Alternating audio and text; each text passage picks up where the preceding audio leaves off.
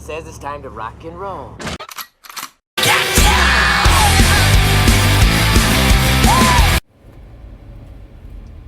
What is going on, YouTube? Welcome to my Will of God Shredder series, episode 3. I just wanted to say thanks for tuning in. And sorry I'm vlogging in my car again. I'm always on the go. Busy all the time. So I still try to get those videos in for you guys, no matter what I'm doing. And yep, you guys are important. So set away some time to make sure I get those videos in for you guys. But I wanted to talk about my nutrition for this cut. So basically I have for my macronutrients, I'll put it up on the screen. For my carbs, my fats, and my protein, and then my caloric intake. If you guys aren't familiar with MyFitnessPal, you guys should download it to track your calories. If you guys are not tracking your calories, you cannot efficiently lose weight. So I track my calories. If you're in a bulk, you don't really have to track it too much. All I suggest is basically track your protein intake. That's about it. So if you're into that whole dirty bulking thing, go ahead and do so. You'll make gains as long as you have adequate protein to build the muscle. So for my cut, today I weighed in at 187 pounds at my midnight weigh-in. If you guys watched my previous video, I showed you guys the difference between my 12-hour fasting window weigh-in and my midnight weigh-ins, which is only like a 5-hour fasting window. So I've never hit 187 pounds at a 12 o'clock weigh-in ever, so that's a new low for my cut. I decided to go with 2 cheat meals a week. That should be enough to keep my weight loss at a pound per week. If it's not, then I may have to restructure it to a refeed, full day refeed, basically. Other than that, yeah, I have enough carbs. My protein is pretty decent. My fats is pretty low, and my body composition is staying the same. I measured my composition basically with a measuring tape to make sure that my gains are staying. That's important if you're a bodybuilder. So bodybuilders, you want to make sure your weight is going down, your body fat's going down, and you're retaining muscle mass that you built on your surplus. And right now I'm doing all 3 of those things. So I'm happy with my cuts thus far. I'm gonna show you guys what the app looks like. It should be both for Apple and Androids. I'll have a picture of what the icon looks like on the screen somewhere here. And what you want to do is basically go ahead and download that, follow the instructions on there, and then in an upcoming video we will be showing you guys how to use it and how to use it efficiently to help you with your weight loss or weight gain for building muscle. And yep, so that is my calories, and then we'll to talk about what I eat on a daily basis. So what I normally do is I go to work at midnight, so I still fast, so I don't eat anything right when I wake up. So I wait like 3 hours after I wake up, so around 3 a.m. I have my first meal, which is my oatmeal, which you guys seen in a previous video. And then I have my Quest bar and a small cup of coffee. Usually I use Splenda. I don't really use creamer or whatever, so I do that. And then usually my next meal is not until 5:30 a.m. At that time, it depends on what protein I've purchased that's on sale for the week. That's how I usually get my proteins. Is I shop for the best price, basically. So if chicken is on sale, best believe I'm doing chicken. If ground turkey is on sale, best believe I'm doing ground turkey. So on and so forth. So that's how I do my protein gains. Some people say, oh, the protein portion is expensive. It is if you're looking to only eat a certain type of protein every week. So I usually just change it up depending on what's on sale. So back to what I was talking about, my lunch. So this week is ground turkey. So ground turkey with seasoning. I season my food. There's no reason for me not to right now because I'm not closer into my my contest prep. So I still have quite a ways, so I can still season my stuff. Once I get closer to contest prep, I'll start tapering down the sodium, the sugars, all that stuff. So I'll still have them, obviously, but it won't be as crazy as I have them now. So I still season my proteins. So I kind of have like a taco mix type deal. I add salsa to it, and then I always have rice. So it's kind of like a Hispanic type meal. I do 7 ounces of ground turkey, and then I do 200 grams of white rice cooked. So it's around like 50 grams of carbs. And then sometimes I do veggies, sometimes I do not. I'll be honest with you guys, I could eat more micros in my diet, which I'll try to incorporate more often, but I hate veggies, so it's tough. May start doing like a smoothie to get my micros in. Do 2 servings of that and a serving of fruit, and then blend it all up. So I do get my fruits in. That I do. Usually do 2 bananas. Usually I do 2 bananas. 1 banana before a compound lift, and another banana after the compound lift.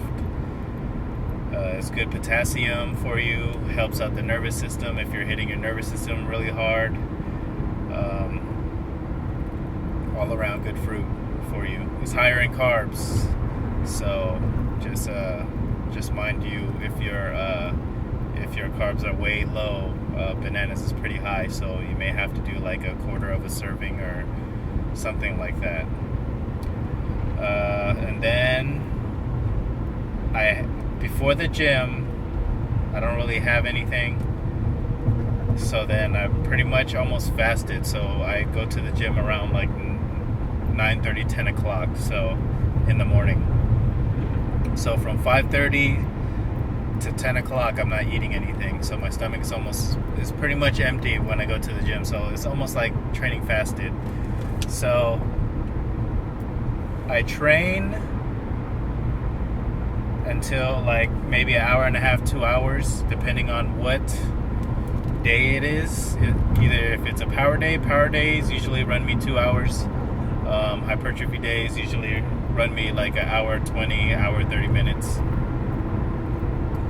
And then I get home, I have my 2 scoops of protein, and then I have my banana, obviously, for my fast digesting carb, which is key to start your recovery process. So you want to try to have around like 50 grams, 30 or 50 grams around there to start the recovery process. Same with protein, you want to have adequate protein, 25 grams minimal. And then basically I take my nap. I take like a 3-hour nap, sometimes 3.5, maybe 4, depending on how fast I do my workouts, what time I get off work, all that jazz. So I don't really sleep 8 hours completely. I sleep like 4 hours after the gym and then maybe 4 hours before work. So 8 hours total, but not consecutively. So I still do get my rest in there.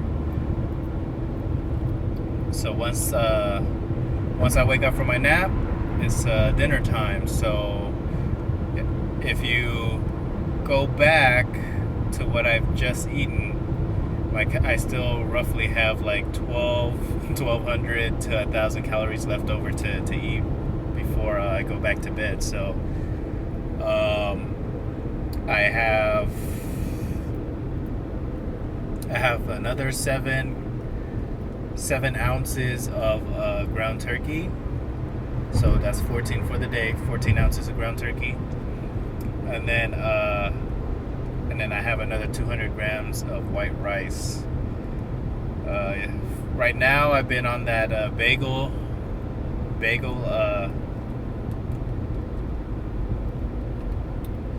been craving bagels, so I've been eating bagels every day. So at least I do two whole bagels with Greek strawberry yogurt cream cheese. It's lower in fat, lower in carbs, higher in protein. So I'm getting a ton of protein in. So especially the bagels. Bagels have like 9 grams of protein, which is crazy. Making all kinds of protein gains. So do that. Sometimes I do pop chips. I'll have the whole entire bag instead of the bagels, or I'll do the whole bag of pop chips, the bagel, and maybe 1 serving of rice instead of 2. And then I just mix it up every day. I don't really, and I use my macronutrients as like basically like counting money. So I'm like, I have 30 grams of fat left, so what can I use that on? Basically, I usually treat myself at night. So depending on how high my fats are, then that usually dictates what I can actually have for a treat, basically. At the beginning of my cut, I was having 3 scoops of ice cream every night, and I was losing weight. So I don't do the ice cream right now. I'm not really craving ice cream, so I backed away from that. I'm doing the pop chips. I'm a chip connoisseur. Love my chips. So pop chips is the closest thing for me to chips as possible, and staying within my calories. So the Crazy Hots, if you guys haven't tried those Crazy Hot pop chips, you guys need to pick those up.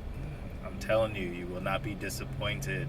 They only sell them at Ralph's. So if you live in the Southern California area, go ahead and pick those Crazy Hot pop chips up. You won't be disappointed. Now, if you live outside there, Ralph's also owns Smith's and all of those, Kroger. Actually, Kroger owns Ralph's. So if you're on the East Coast, Kroger, check that store out. And then damn, people are just running red lights. But yeah, pop chips. So after I eat all of that, I usually hop in the shower, and then I watch a couple episodes of my favorite shows, and then basically I call it a night. So my food is not even digest before I go to bed. So if anybody tells you that you can't eat stuff before you go to bed because it'll store and all of that jazz, it's not true, guys. The only reason why it stores is because you're over your calories for the day. That's the only reason why. If you're in a deficit, then it doesn't really matter what time you eat. Basically, it's you're gonna burn those calories, so it doesn't really matter. So that's how I was able to eat ice cream every night before I went to bed and still lose weight. So as long as you're in a deficit and you're tracking your stuff, there should be no issues. Now, if you're not tracking your stuff and you're trying to lose weight and you're eating all this stuff at night, obviously you're gonna store it for the next day, so your weight will go up. So just talking about diet and what my current nutrients and stuff are. I drink a gallon of water a day. If you can't drink a whole gallon a day, I suggest you use like a Mio, any of those flavor enhancers with 0 calories is perfect. It'll help you get that gallon down. And then if you guys crave soda, obviously you can have soda. There's diet soda. If you don't like diet soda, there's the 0 calorie sodas. I suggest you just have like maybe 1 of those a day, maybe 2 max. That's how I do it for dinner. I drink almost all my water before dinner, so I usually have Coke Zero caffeine free for dinner. And it's just basically finding things that fit in your calories. Basically, I do flexible dieting, so I just make sure everything fits. And then I have my non-counting days to keep my mental state sane on this diet and not like binge every single day, because I can't handle my diet. So once I have my non-counting day, I'm back on my macros, back on my calories, and moving forward, trying to hit my next goal. That's how you guys gotta perceive your diet. A go-getter. Go get that next goal. You know what I mean? Give yourself a treat. Say, okay, if I hit this next low, I'm gonna go ahead and treat myself to a hamburger and a dessert or something like that. You gotta treat yourself, you know what I mean? So that way, when you hop back on your calories, you're like, okay, next goal is this. When I hit this, I'll go ahead and treat myself. You know what I mean? Because you guys aren't in a competition, in a competition setting or whatever. You're not cutting for a competition. You're only dieting to stay healthy or lose weight. So don't take it so serious. You know what I mean? So treat yourselves. Don't starve yourself, because then it's harder for you to stick to your diet. So just live life, guys. It's not all that serious. As long as you hop back on and get back on your calories, and then set realistic goals. Like, okay, well, I want to lose like 4 pounds. Initially, if you haven't exercised before, you're gonna lose those 4 pounds pretty quick if you have a good calorie count, and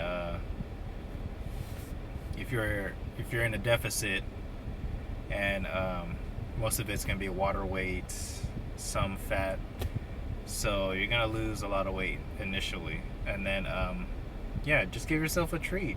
You know what I mean? Like say the 4 pounds you hit, okay, so get a treat. So then obviously your weight will go up a little bit. It's don't trip on the small stuff, guys. So then diet back down, and then you're like, okay, well, at that weight where I lost the 4 pounds, go down 1 more pound and be like, okay, well, when I get down that a pound from my goal weight, then go ahead and have another treat. Each pound you lose from your new low, then go ahead and have a treat. It's,